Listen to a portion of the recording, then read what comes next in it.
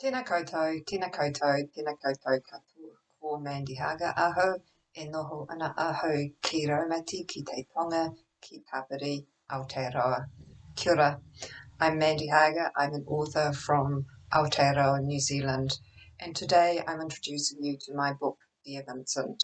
It was published in 2013 by Random House New Zealand.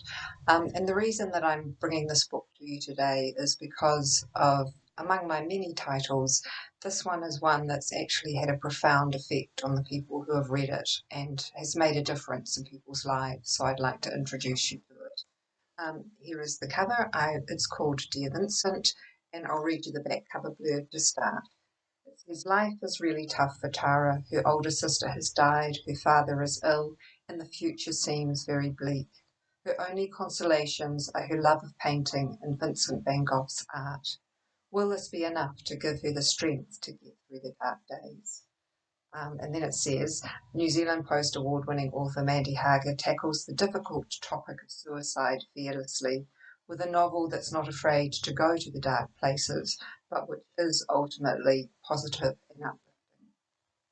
And so we start, and each chapter starts with a quote from the letters of Vincent Van Gogh.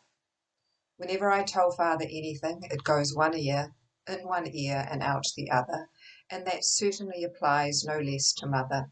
Similarly, I find father and mother's sermons and ideas about God, people, morality and virtue a lot of stuff and nonsense.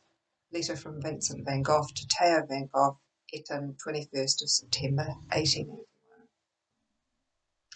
My father slouches in his wheelchair, a dough ball of resentment. Only the fierce penetration of his eyes registers life behind his rigid face.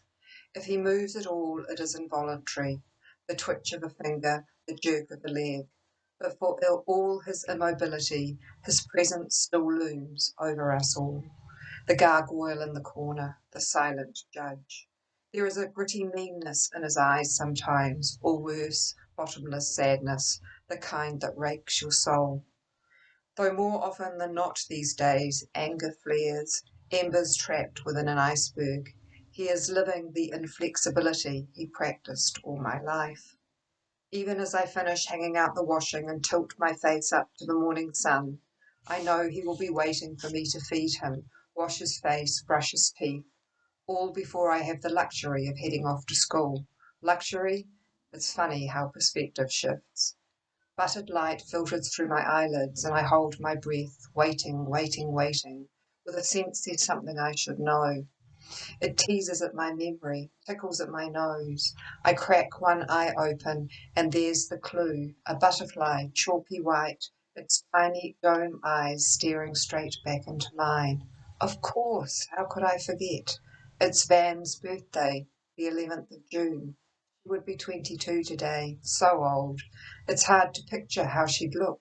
Beautiful, without a doubt. Respectable, not for a second, not my Van. The odds that she'd have turned into a merchant banker, IT nerd, or anything in fact, where she'd have to toe the line, are about 2 billion to 1. Meanwhile, my own life's reduced to a different numbers game. Nearly 6 years since Dad's first stroke, just under 5 since we were woken by that gutting midnight call. 3 since Mum was forced to take on night shifts at the hospital to pay the mortgage on this shitty hole. 1 since I began to work half-time to help. And the amount of time I get to lead a normal life?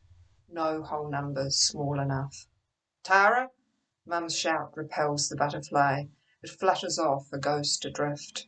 Don't forget to take the shopping list. I'll pick you up outside Countdown at 10 to 9.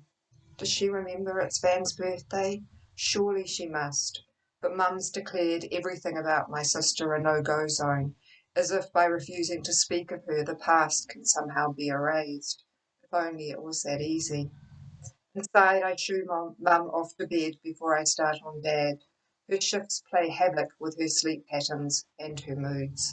She's turned into one of those wizened peasants Vincent loved to paint, a small grey shadow, sour and disconnected, all the joy in life sucked out of her.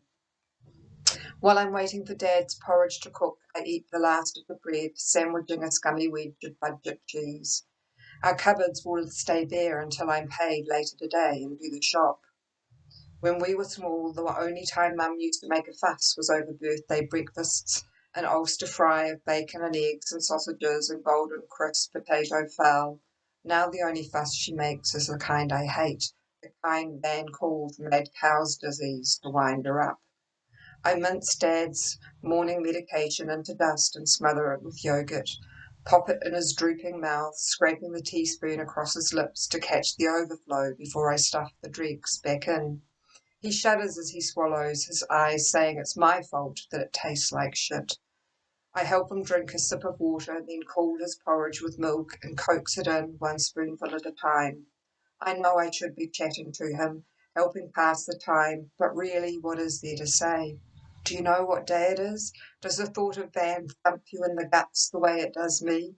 Even if he could answer, he'd only throw it back at me.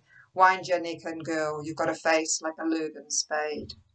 By the time I've finished everything with Dad, I've less than half an hour to get to school. Who'd have thought I'd ever want to spend more time there? But with my rest home shift starting at 2, it pretty much wipes out the afternoon. All I really want to do is paint, hide out in the art room and let the colours wash through me in a heady rush. Vincent says to attack a painting the way a lion devours meat, to call on the grain of madness that is the best of art. Imagine trying to explain all this to Mum and Dad. They view creative madness as a sin on par with striking a priest. I park Dad in front of the TV and head off on my bike. Our street is full of tacky mansions, but ours is the doozy that drags the others' values down. Good old leaky home syndrome. The day Mum finally admitted we had no money to fix it or chase the builders through the courts, I cried. I'd had a guts full of our neighbours' snide remarks. You think your life is difficult, she'd said. Try walking to school in Belfast where the proddies are on the march. She talks about the troubles the way the old boys at the rest home remember Alamein. Since then, I've built a force field that shouts, fuck off.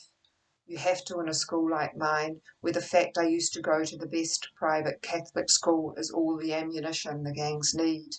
In my first week, they bullied me out of my iPod, the mobile phone, and stripped the Nike jacket off my wimpy back.